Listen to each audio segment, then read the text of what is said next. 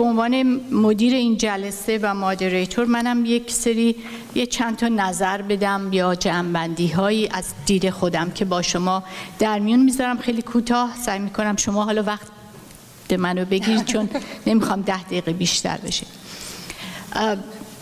به نظرم راجع به مخصوصا بعد از خوندن مقاله ها بعضی چیزا هست و شنیدن پنل های قبلی، دوستان الان فعالین ما دارن از این فرصت رکود جنبش یا به هر حال کمکاری که الان هست استفاده میکنن برای ریفلکت آن ایت، برگردیم و ببینیم تا حالا چیکار کردیم، چه مشکلاتی داشتیم، برای قدم‌های بعدی چجوری جلو بریم و چه درس‌هایی گرفتیم که این خیلی کار به موقع و خوبیه. منتها من میخوام چند تا یادآوری به عنوان کسی که به هر حال منم یه تجربه‌های عملی و نظری دارم و چه در ایران و چه خارج از ایران و کسی که از دور داره نگاه میکنه، یه چند تا به هر حال خواهرانه و دوستانه چند تا نظر بدم و پیشنهاد. یکی این که در جنبش‌های مدنی اجتماعی شکست معنا نداره. هیچ کدوم از این جنبش‌ها شکست نخوردند. ممکنه در بعضی از هدفها ناکام موندن، ولی جنبش مدنی در حال جنگ نیست که شکست بخوره. هدفش هم گرفتن قدرت دولتی نیست که حالا با یه عده داشته می‌جنگیده نتونسته بگیره پس شکست خورده. نه، برای نه جنبش سبز که رأی میخواد، جنبش در واقع دموکراسی خواهی شکست خورده، ممکن در یه هدفهای ناکام مونده، ممکنه حالا با یه جور دیگه سر بر بیاره، تو سرش زدن، خوابیده، افتاده، مجروح شده. جنبش زنان هم همینطور، کمپین 1 میلیون امضا به عنوان بخشی یک کمپینی از جنبش زنان همینطور.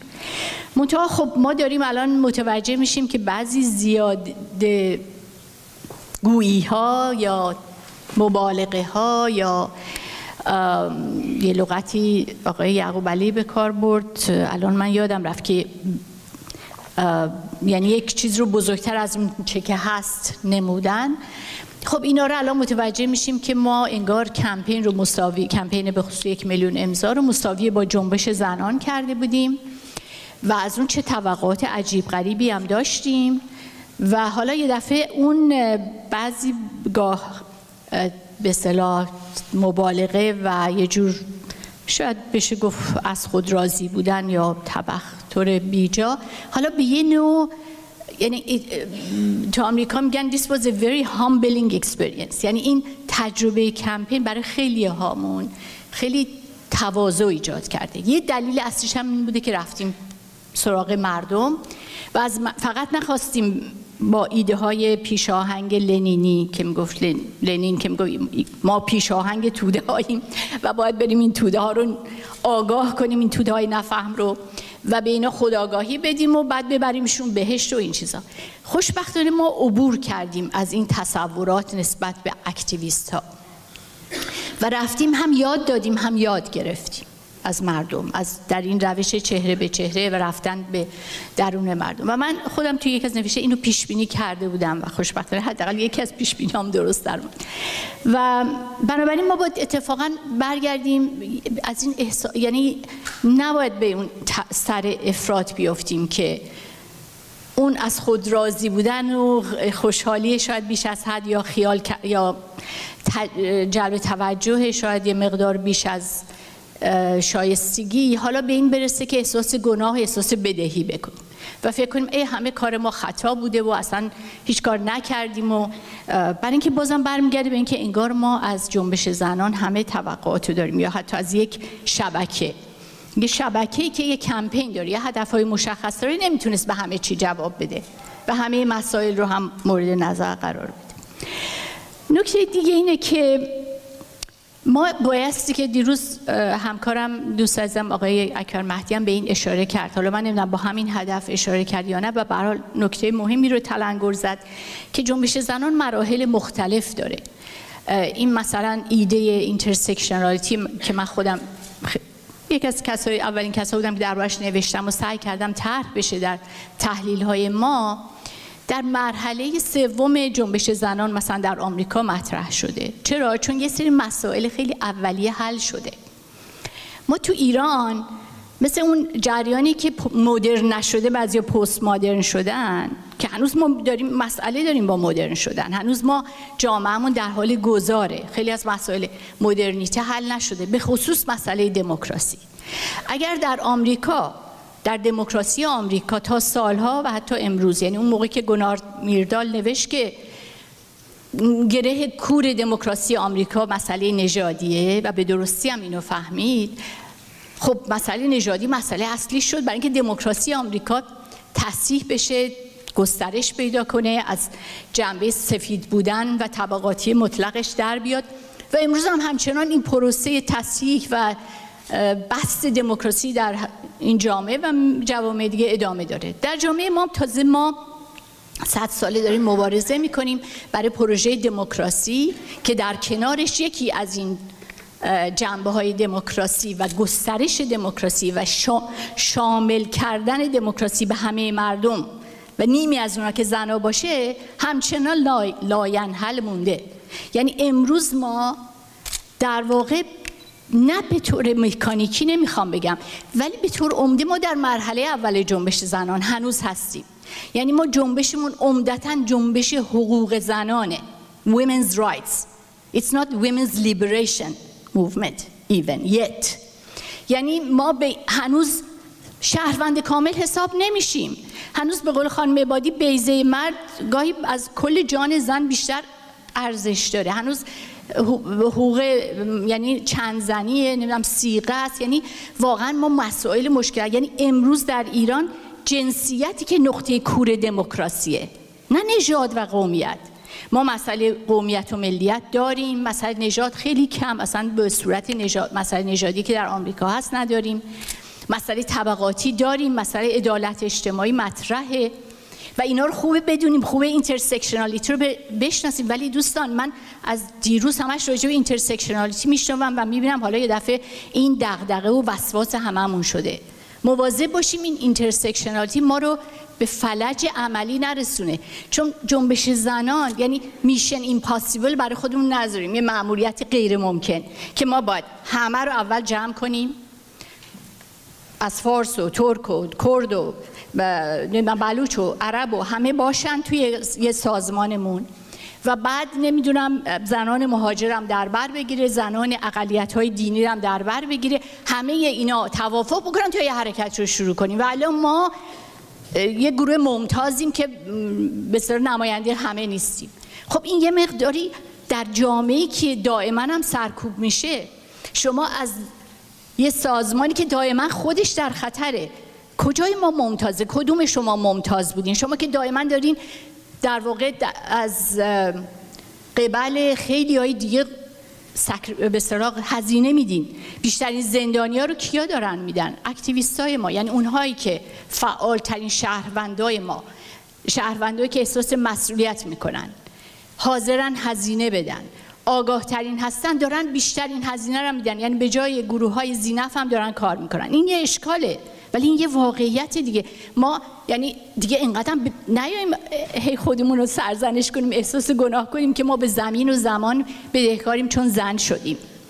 یعنی میگن همیشه زن‌ها زود احساس گناه میکنن، زود احساس بدهی میکنن، زود خیال میکنن که اگه به من خشونت کرد شوهره حتما من تقصیر منه، من عصبانیش کردم. الان هم اینجا ما اگه نمیدونم جنبشمون شکست خورده، همش خیال نکنیم اشکال از ما بوده. اشکال از ما هم اشکالامون رو داشتیم، داریم یاد میگیریم. ولی یه ذره من احساس کردم که دوستانی که از ایران اومدن زیاد دارن به خودشون سخت میگیرن و زیاد دارن برای خودشون مأموریت‌های ناممکن و خیلی سخت و دشوار میذارن که مثلا سازمان فمینیست ماجوریتی فاندیشن در آمریکا یا نشنال ویمنز ارگانیزیشن بله امروز باید نقد بشه که اینترسکشنالیتی رو رعایت نکرده. هنوز گرچه اونا هم دارن خیلی سعی میکنن خودشون تصحیح کنن، ولی مگه ما سازمان آزاد قانونی شده NGO تو ایران به این شکل داریم که حمایت هایی داشته باشیم که همین کارا رو هم بتونیم بکنیم؟ نداریم، نمیذارن، دائما ما رو دارن سرکوب میکنن. حتی نمیذارن ما یه نهاد قانونی مدنی زنان داشته باشیم. درسته؟ یعنی الان یکی از خواسته های این مرحله ما به خصوص با وعده های آقای روحانی که راجع به شهروندی و غیره میده، اینه که ما بتونیم نهادهای زنان داشته باشیم مثل حمایت از حقوق کودکان، ولی حمایت از حقوق کودکان به محضی که میخواد حالا بگه دولت بیا راجع به حقوق کودکان یک کاری بکن، همونطور که شما به درستی گفتین فوری با سرکوب روبرو میشه. خب بنابراین ما نه یه نهاد دولت، این وظایفی که دولت باید انجام بده، همه گروه‌های ذی‌نفع رو مشارکت بده که ما نمیتونیم بکنیم. ما خودمون رو نمیذارن مشارکت انجام بدیم تا چه رسه که ما بتونیم تمام توده ها رو بسیج کنیم به مشارکت. یعنی من میخوام بگم که یه ذره در این حال که خودمون رو نقد میکنیم مواظب باشیم که به یه بن‌بست برخورد نکنیم در عمل. یعنی اینقدر توقعمون رو نبریم که یک یا تئوری هایی رو که در غرب در یک کانتکست دموکراتیک و آزاد در یک جامعه اوپن که حمایت دولتی میگیرن NGO ها، درسته خودشون مستقلن ولی دائما حمایت رسانه‌ای دارن، امکان سالن تو ایران مردم سالن نمیتونن. برای 8 مارچ تو ایران زنان، همون زنان اکتیویست نخبه ها که شما میگین، یه سالن نداشتن، مجبور شدن مثلا رفت از خونه این و اون استفاده کردن. بنابراین ما این محدودیت‌ها هیچ وقت یادمون نره و برداشت مکانیکی از تئوری هایی که در غرب داره کار میکنه نکنیم. اینا رو بشناسیم ولی مواظب باشیم کجا برای ما اپلای میکنه و کجا اپلای نمیکنه، محدودیت‌هاش چیه و ما در کدوم مرحله از رشد دموکراسی و توسعه اجتماعی، اقتصادی، فرهنگی قرار داریم و امروز اولویت هامون چیه. وقتی میگیم جنبش زنان یعنی مسئله اصلیش نه اینکه فراموش کنه طبقه، قومیت، ملیت، مذهب، همه این تفاوت‌ها رو، ولی مسئله اصلیش جنسیت. برای همین هم مثلا اسمش جنبش زنانه. جنبش کارگری مسئله اصلیش مسئله کارگریه. جنبش حقوق کودکان مسئله اصلیش کودکانه.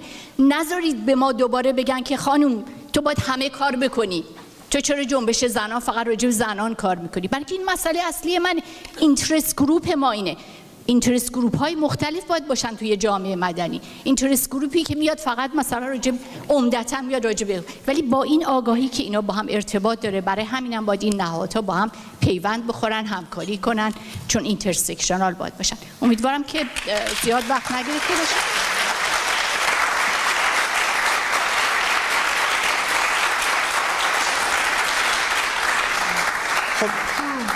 به ما اعلام کردن که 4 دقیقه دیگه، یعنی 5 دقیقه بود الان 1 دقیقه هم گذشت، 4 دقیقه دیگه وقت داریم. اون دست دادن معنیش بود که بریم دیگه. اظهار علاقه. اوکی. خب بذارین منم چند دقیقه، کمتر از 4 دقیقه، به چند تا نکته که در ارتباط با صحبت من گفتنم یه پاسخی یا عکس العمل نشون بدم. این دوستان یه موقع اشتباه نشه، بدفهمی نشه. موقعی که تون یه چیزی رو میگه ممکنه فکر کنن داره به یه چیزی بی‌توجهی میکنه. من توصیه میکنم شماره آخر، یعنی یکی از آخرین شماره 22 زن‌نگار، نشریه زن‌نگار رو نگاه بکنید که تمامش رو ما اختصاص دادیم به تلاقی قومیت با جنسیت. یعنی من خودم همیشه این حساسیت ها رو داشتم که این مسائل هم تئوریزه بشه، هم حساسیت ایجاد بشه در اکتیویست های ما، توی مردمون، تو زنامون، توی جنبش های مختلف. جنبش دانشجویی هم لازمه این اینترسکشنالیتی رو بفهمه، جنبش کارگری لازم بفهمه، جنبش زنان لازم به همه اینا رو لازمه. بعدم ببینید من فقط به عنوان، چون ما هممون هویت‌های مختلف داریم دیگه، من فقط به عنوان یه زن و فمینیست نمیگم که جنسیت الان امروز نقطه کور دموکراسیه.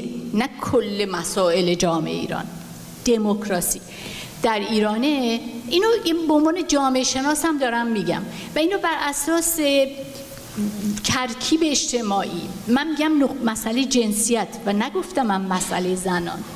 ببینید دقت کنید، جنسیت ببینید مشکل اصلی امروز جامعه ما مشکل اقتصادی نیست. مردم مشکلات اقتصادی دارن ولی مانع ما رسیدن به دموکراسی که اقتصادی نیست. ما کلی منابع داریم، نفت داریم، مثل افغانستان فقیر نیستیم از لحاظ امکانات و نیروهای منابع طبیعی.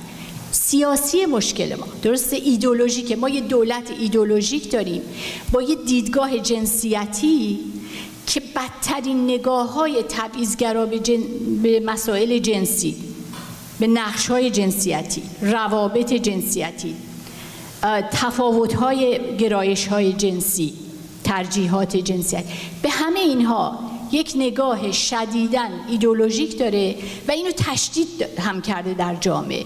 یعنی از در واقع نماینگر سنتی ترین و عقب مونده متعصب ترین گروه ها در جامعه ماست و این ستم، این تبعیض شامل حال فقط زنان نیست، شامل حال مردان ما هم هست. جنبش زنان فقط نمیخواد حقوق زنان رو که به دست بیاریم، میخواد اصولاً از نقش‌های جنسیتی، از ماسکولینیتی، از فمینینیتی، از مردانگی، زنانگی تعریف‌های جدید بده. میخواد مردها هم رها بشن از این قیدهای جنسیتی. درسته، میخواد همجنسگراها هم رها بشن، میخواد این دایورسیتی رو اهمیت بده و بپذیره. بنابراین من نه برای اینکه بیام ببینم کی با چی تو جامعه ما بیشتر مخالفت بشه پس بگم اون مهمترین مسئله. بله الان مثلا راجع به مسئله حساسیت وحشتناکی وجود داره راجع به تمامیت ارضی ایران که اصلا اجازه نمیده اقلیت‌های ملی یا قومی حرفشون رو بزنن، حقشون رو بخوان، فوری مارک جدایی طلبی بهشون زده میشه. اما من نمیتونم بگم اگه اون به اون بیشتر حساسیت هست تا به حقوق زنان پس اون مهمتر مسئله یا نقطه کوره. من میخوام به عنوان ماورای اینا، آیا ما یک مسئله، یک سوالی دیروز یه نفر کرد، آیا یک تمامیت، نه تمامیت خواهی ولی یک عمومیتی هم داریم که زنان همه باش مشترکن، زن کرد، زن ارمنی، زن زرتشتی، زن بهایی، زن مسلمان، شیعه، سنی، همه اینا دچار تبعیض هستن و مردها هم به خاطر این نقش‌های تایید فیکس شده و ثابت شده تعیین شده هم دچار تبعیض و نوعی جنسیت‌گرایی هستن. من بر اساس ایناست که دارم اینو طرح می‌کنم و الا اصلا نخواستم من مکانیکی بیام. درسته حرف خانم صفاری، مرحله بندی جامعه ایران رو عیناً بگم که ما مثلا حتما در الان اینقدر گلوبالیزیشن ما رو در هم چیزا رو ادغام کرده که ما در عین حال گاهی مدرنیم، گاهی سنتی هستیم، گاهی پسا مدرنیم، گاهی مرحله اولیم، گاهی مرحله دوم، گاهی همه اینا. من نمیخوام به همین دلیل میگم مکانیکی برخورد نکنیم، چون به نظر اومد یه مقدار داشتن مکانیکی. گفتم حتی اگه بخواین اون تئوریا رو مکانیکی روی ایران اپلای کنین، ما که تو اون مرحله نیستیم. اگر مکانیکی برخورد کنیم که اصلا اون مرحله ها هم نمیشه مکانیکی اپلای کرد، مرحله اول جنبش، موج اول، موج دوم، تحلیل مشخص از شرایط مشخص. مثالی که جلوه جان زد در یک شرط، یک زنی براش اصلا مسئله اعتیاد شوهرش عمدترین مسئله زندگیش میشه تا طلاق و غیره همین.